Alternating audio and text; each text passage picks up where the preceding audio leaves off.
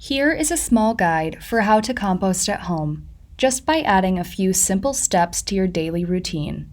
Composting is a great way to help your garden or lawn, and it's a lot easier than you may think, and it's incredibly beneficial to you and your community. A lot of what we throw away is food waste, making up nearly 22% of trash in landfills. Just by throwing these items into a separate bin in your kitchen, you can make a big difference. Let's see how to begin. When starting your compost, it's important to find a good place for it, whether that's in a bin by the porch or in a pile in the backyard. Either way, a good spot for it is in direct sunlight. This will help to break it down. Expect this to be a permanent fixture to your yard, as you'll hopefully continue to use your compost for years to come. As for what goes into your compost, you should have a good balance of these 3 elements: browns, greens, and water. Let me explain. Carbon-rich materials include things like leaves, cardboard, twigs, and straw, and these can be grouped as brown materials. So are things like grass clippings, plant trimmings, wood ashes, and pine cones. When looking at your food waste, there is a lot that can go into your compost, most of which you may be throwing away. Try adding a container next to your trash to catch all of these things that you would normally put in the garbage.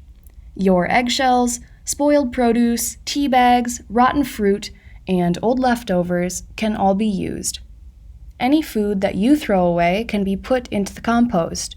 Just leave out a lot of animal byproducts like bones, meat, and dairy. Spoiled fruits and veggies can be classified as greens, and they're very beneficial to your compost.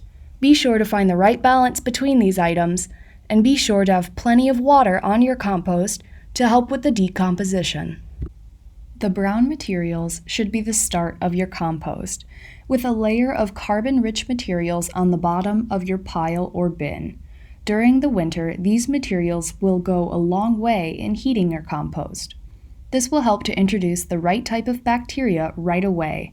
Layer this in with small amounts of food waste and greens. Large heaps of these items limits the amount of oxygen in your pile.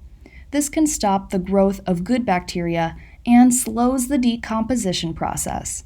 After you have the base of your pile started with a layer of brown materials, all you have to do is layer in the rest. To care for your compost, keep it moist by watering it nearly every day.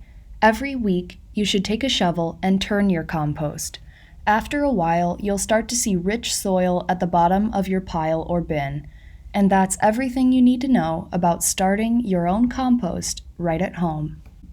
If you would like to see more videos like these, check out the Morris Model on Facebook, Twitter, and Instagram, and tell us what you think.